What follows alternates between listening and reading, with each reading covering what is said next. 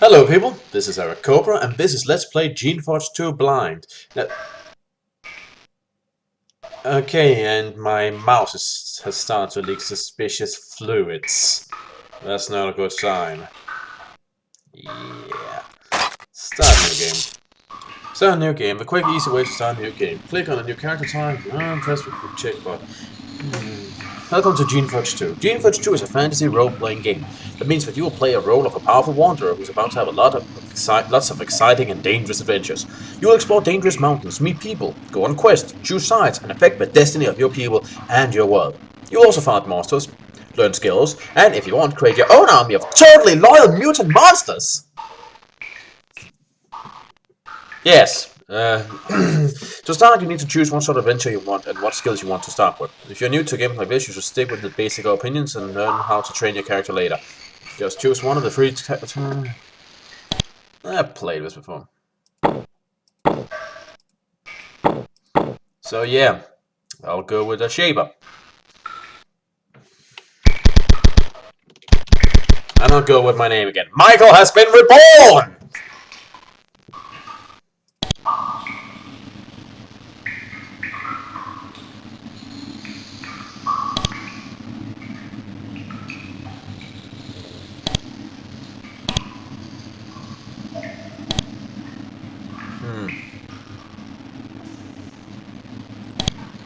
There we go. That looks fair enough, doesn't it? Yeah, sure. The Shapers are the oldest, most respected, most secretive, and most powerful of the magical sects. The Shapers have the power to magically create life. The Shapers can make new life forms from nothing but raw materials and pure magic. They can mold this life to serve their purpose, be it light housework or major warfare. Outsiders regard the Shaper with awe and terror. Shapers with awe and terror. The Shapers use their powers to help those loyal to them and destroy those who break their laws. Shaper power is absolute. That is why you are so honored to be in your current position. You are a Shaper apprentice. You have earned the right to join them. They will teach you how to create other beings which will serve you absolutely.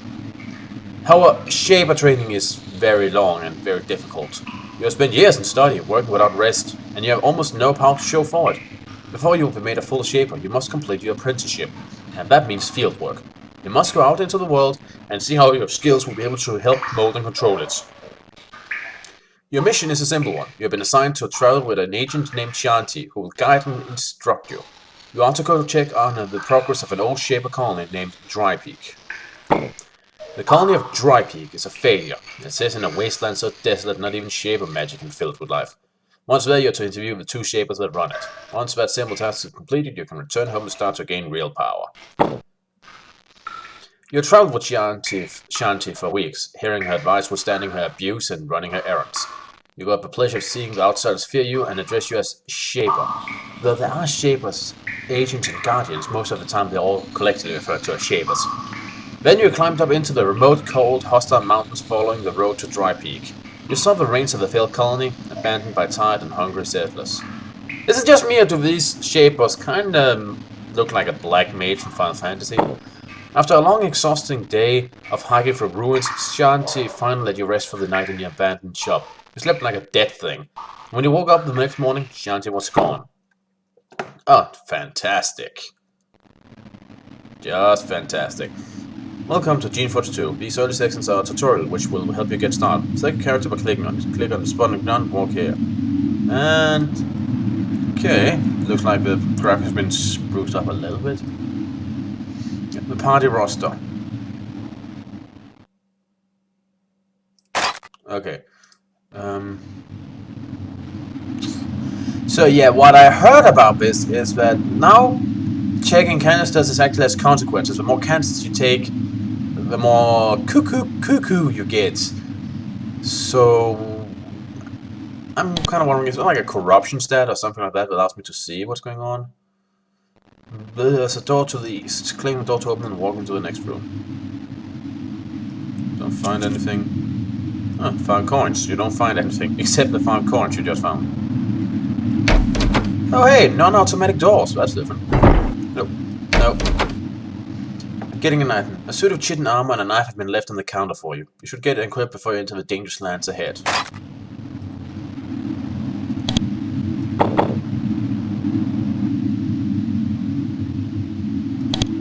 Wrong button. Okay, there it was. Sorry, silliness on my part. Yeah, this is as I remember it. To pick up an item, pick up the getting... yeah, I know how that works. Okay, that's just what that says.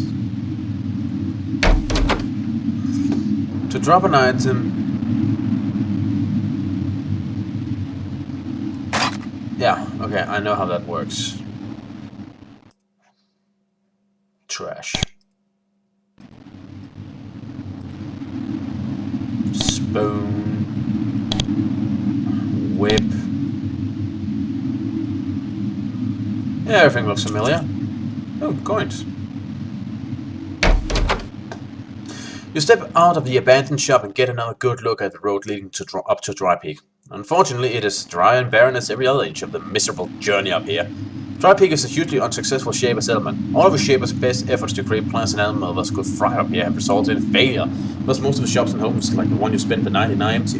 Shanti, the agent you are novice to, is waiting outside. She looks impatient. Well, novice, I hope you have had a good, long sleep. She placed extra emphasis on the word long. Shanti, your agent, walks over to you. She's wearing the studded leather armor favored by agents, excellent for stealth and quick travel. She wears a long, wicked curved blade at her belt. She also wears a peculiar necklace, a series of polished fangs on a leather thong. She tends to idly finger it when deep in thought.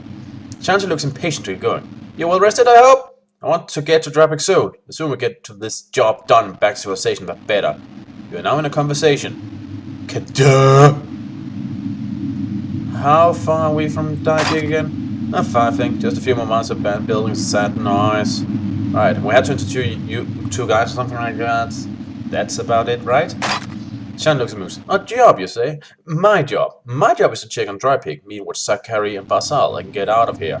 Your job, young prince, is to follow me, do what I say, and try to learn something about fieldwork. If you could try not to do any harm, that would be a great help. Okay, what do we do now? Follow me, I'll scout ahead. Okay.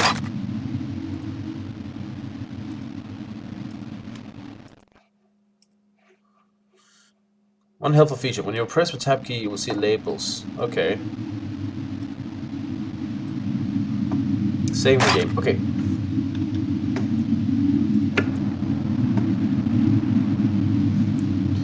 Wait, there's a good chance for you to do something. What should I do? Shana points at the entryway to the south. The ruin looks interesting. You go in there, investigate, see what you find. Maybe you can get some extra supplies for us. Why are there so many ruins and abandoned shops? Well, our kind tries to settle an area. We generally have to create the whole ecology from scratch. We make the plants, the animals, the birds, put everything together to make the area work. But sometimes we just can't do it. We can't make creatures and plants that live here, and when we do, there's no point in staying. It is unfortunate, but that is what happened here. Now it's just a dusty, forgotten settlement, and the Shaper Council only rarely remembers it, and when they do, an agent sent to check up on them. Though the chamber is abandoned and the essence pools from the alcoves are empty and cracked, we immediately recognize what this place is. It's a shaping hall. Shaper settlements are full of places like this, where they go about their business of using their powers to create, heal, and alter creatures, and if necessary, destroy them.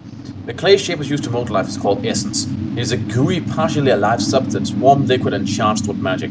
A Shaper such as yourself has the ability to hold essence within your body to be used to make life later. If these vats were full, you could use them to recharge the supply of essence within yourself. Perhaps there is an intact store of essence farther in. Well, let's go check it out then. Yoo-hoo! Bones. Huh. You enter a storeroom. Most of the equipment here is useless to an adventurer such as yourself. However, you're happy to see a living tool on the table. A living tool is exactly what it sounds like. A tentacled creature which is attuned to the wishes of whoever is holding it. You can use such a creature to unlock locked doors and manipulate machinery. You should get the living tool. Later, when you find a locked door or piece of misbehaving machinery, you'll be given the option to use one or more tools on it. Unfortunately, working using a living tool tends to kill it. The higher your mechanic skill is, the less living tools you'll need to do any particular job. Again, looks like we're used to. A bolt of cloth.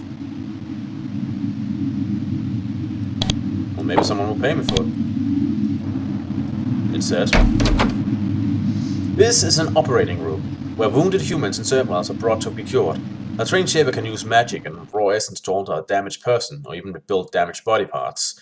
Happily, there's an intact healing pool in the back corner of the room. Pools like this are semi-living creatures programmed to cure wounded beings who stand nearby. If you are wounded, stand near such a pool to heal yourself. There's a hole in the roof above the pool, which enables sunlight to shine through. This light helps keep the pool fed and alive. No, without added nutrients, it will literally dry up and die. A healing pot. Excellent. Alright, so far, nothing new. Graphics might be spruced up a bit.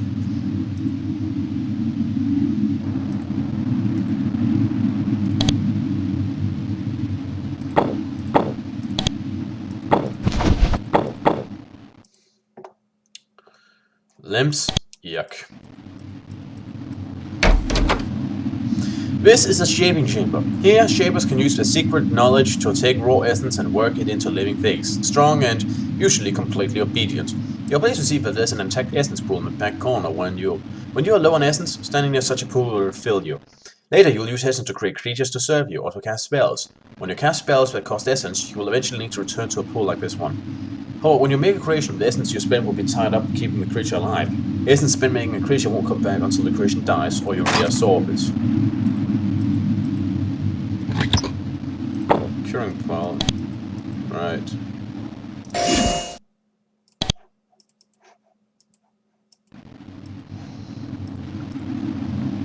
So, yeah.